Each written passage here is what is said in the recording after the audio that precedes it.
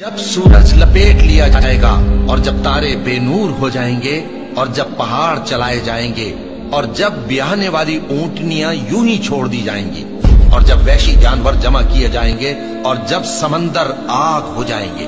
और जब रूहें जिस्मों से मिला दी जाएंगी और जब उस बच्ची से जो जिंदा दफना दी गई हो पूछा जाएगा कि वो किस गुनाह के सबब कत्ल कर दी गई और जब आमाल के दफ्तर खोले जाएंगे और जब आसमान की खाल खींच ली जाएगी और जब दोज़ख की आग भड़काई जाएगी और जब बहिश्त करीब लाई जाएगी,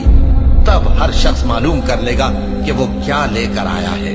बस मैं उन सितारों की कसम खाता हूं जो पीछे हट जाते हैं और जो सैर करते और गायब हो जाते हैं, और रात की कसम जब वो फैलने लगती है और सुबह की कसम जब वो नमूदार होती है कि बेशक ये कुरान उस फरिश्ते आली मकाम का सुनाया हुआ पैगाम है जो साहिब कुव्वत है,